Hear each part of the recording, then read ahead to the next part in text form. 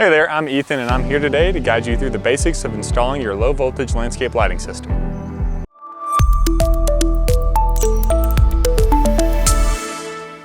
Hopefully by now you have your plan together and you're ready to install. If you don't have your plan together, we recommend you watch our planning video on landscape lighting. It'll cover all the key points that you need to know to design your landscape lighting system.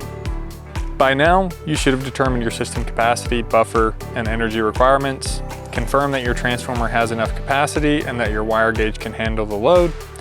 Once verified, you're ready to move forward. Your first step is going to be mounting your transformer. This is your starting point.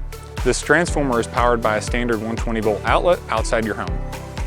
To install the transformer, drive screws into a wall or mounting post, then hang the transformer securely on the screws. Your transformers and fixtures come with a lead wire to connect to your system. Today, we're installing Wintergreen Lighting path lights. These path lights are powered by replaceable G4 bipin bulbs. Now I know you can't feel this, but these fixtures are solid. They're made from die-cast brass. I can assure you that these are long-lasting, well-made, durable fixtures. Based on your plan, place each fixture where it will be installed, working outward from the transformer to estimate wire length.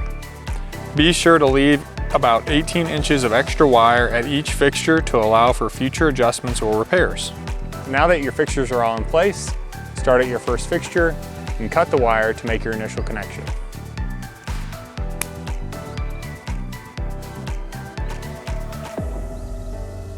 Ensure each wire has 3/4 of an inch of insulation stripped from the ends, exposing only the copper for connection. Wintergreen Lighting lead wires come pre-stripped for quicker installation. When installing a staked fixture, first route the lead wire through the center of the stake, and then attach the stake to the fixture before making your connection. Align copper ends by ensuring ribbed insulation goes with ribbed insulation and smooth goes with smooth. You also want to make sure you are connecting to the next fixture down your main line.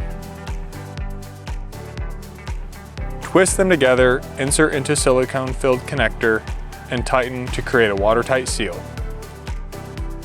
Repeat the same steps for each remaining fixture. Now that we've made our connections, it's time to firmly secure our fixtures in the ground.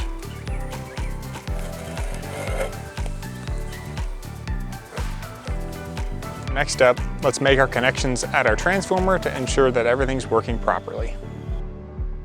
Take the 2 wires from your run and connect one to the common terminal and the other to one of the voltage terminals, either 12 volt, 13, 14, or 15 volt, depending on your system needs. So now that we have all of our connections made and our system has been tested to ensure that everything is running smoothly, it's time to bury the wire. Use a flat shovel to create a trench about 6 inches deep, lay the wire in the trench, and backfill as you go. The installation will go pretty quickly. Digging the trench is usually the hardest part. Now that we've covered a stake-mounted fixture installation, let's dive into a few other installation methods. Surface mounting. Used to mount fixtures on hard surfaces like walls, decks, or concrete. It usually needs a drill and the right fasteners for a strong hold. Fixture types include a deck light, step light, or hardscape light. In-ground mounting. Fixtures are placed directly in the ground, usually with tools like a shovel or post hole diggers. This method gives a clean, low-profile look. Common fixtures include well lights. Get creative by using a variety of fixtures to accent different parts of your yard. If you found this video helpful, don't forget to hit the like button and subscribe for more expert tips and tutorials. Landscape lighting is a great investment for your yard. A well-lit yard is not only beautiful, it's safer, functional, and more energy efficient, and allows you to make the most out of your outdoor areas after dark.